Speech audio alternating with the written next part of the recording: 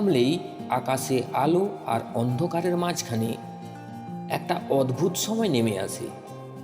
দিনের ব্যস্ততা শেষ হয় আর রাতের নীরবতা ধীরে ধীরে ঘরে ঢুকে পড়ে।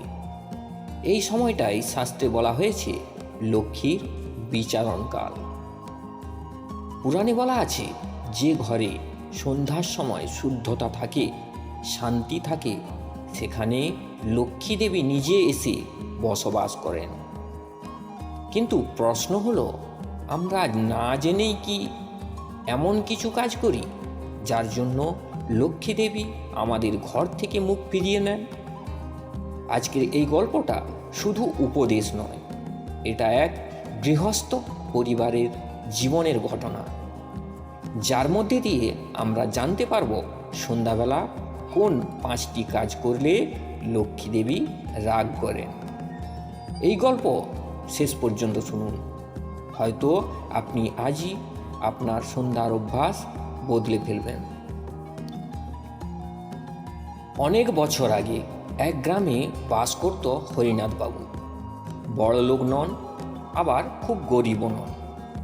ছোট্ট সংসার, স্ত্রী, 2 সন্তান আর মায়ের আশীর্বাদে চলছিল জীবন।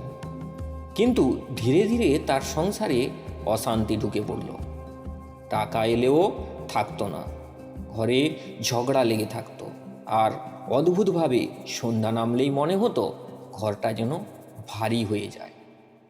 একদিন গ্রামের এক বৃদ্ধ সাধু এসে বললেন, বাবা, তোমার ঘরে লক্ষ্মীর বাসা বন্ধ হয়ে গেছে। হরিনাথবাবু অবাক হয়ে জিজ্ঞাসা করল, আমি তো কারো ক্ষতি করি না, তবু কেন? সাধু হেসে বললেন, সন্ধ্যাবেলায় 5টা ভুল তোমার ঘরকে অন্ধকারে ঢেকে রেখেছে। প্রথম ভুল, সন্ধ্যাবেলা ঝাড় দেওয়া। সন্ধ্যা নামলেই হরিনাথের স্ত্রী ঘর ঝাড় দিতেন। দিনভর কাজের পরে তখনই সময় পেতেন, কিন্তু শাস্ত্রে বলা আছে সন্ধ্যার পরে ঝাড় দিলে ঘরের সঙ্গে সঙ্গে সৌভাগ্য বাইরে চলে যায়। লক্ষ্মী পুরাণে বলা হয়েছে সন্ধ্যার সময় লক্ষ্মী দেবী ঘরে প্রবেশ করেন। ঠিক সেই সময় ঝাড় দিলে আপনি যেন নিজের দেবীকে দরজা দেখিয়ে দিচ্ছেন। সাধু বললেন, ঝাড় দেবে সকাল বা দুপুরে, সন্ধ্যাবেলা নয়। দ্বিতীয় ভুল, সন্ধ্যাবেলা ঘর অন্ধকার রাখা। হরিনাথের বাড়িতে সন্ধ্যার সময় অনেকক্ষণ আলো জ্বালানো হতো না। ভাবতো এত তাড়াতাড়ি আলো জ্বালিয়ে কী লাভ? কিন্তু শাস্ত্রে আলো মানে শুধু বাতি নয়, আলো মানে জ্ঞান, পবিত্রতা আর দেবীর উপস্থিতি।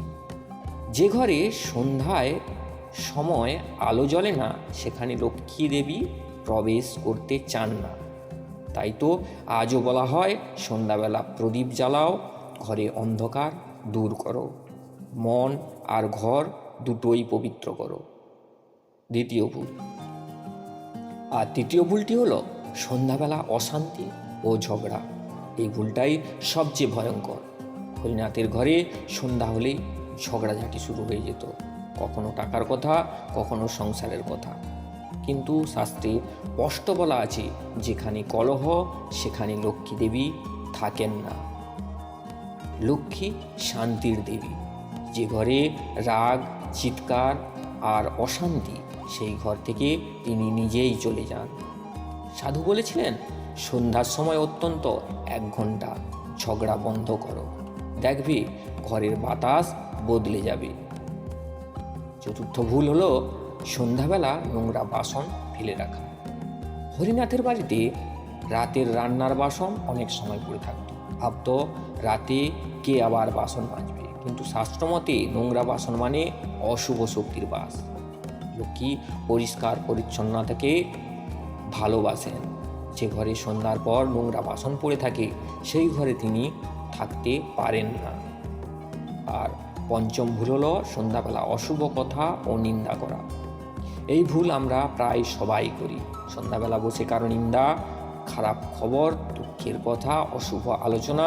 শাস্ত্রে তাই বলা হয়েছে সন্ধ্যার সময় মুখে যা আসে তা প্রবাহ বহুগুণ বেড়ে যায়। এই সময় ভালো কথা, নাম সংকীর্তন বা অত্যন্ত নীরবতা একটাই শ্রেয়।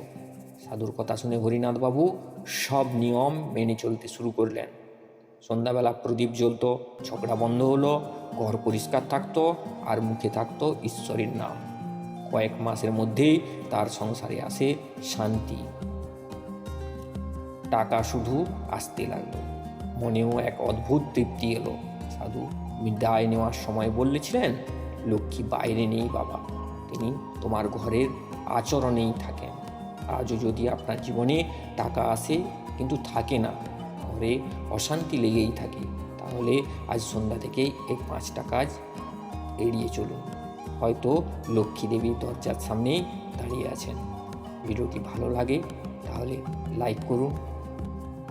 এই ধরনের ভক্তিমূলক ভিডিও আমাদের চ্যানেলে আসতেই থাকে। তো সবাই ভালো থাকবেন, দেখা হচ্ছে পরবর্তী এই ধরনের ভক্তিমূলক কন্টেন্ট নিয়ে।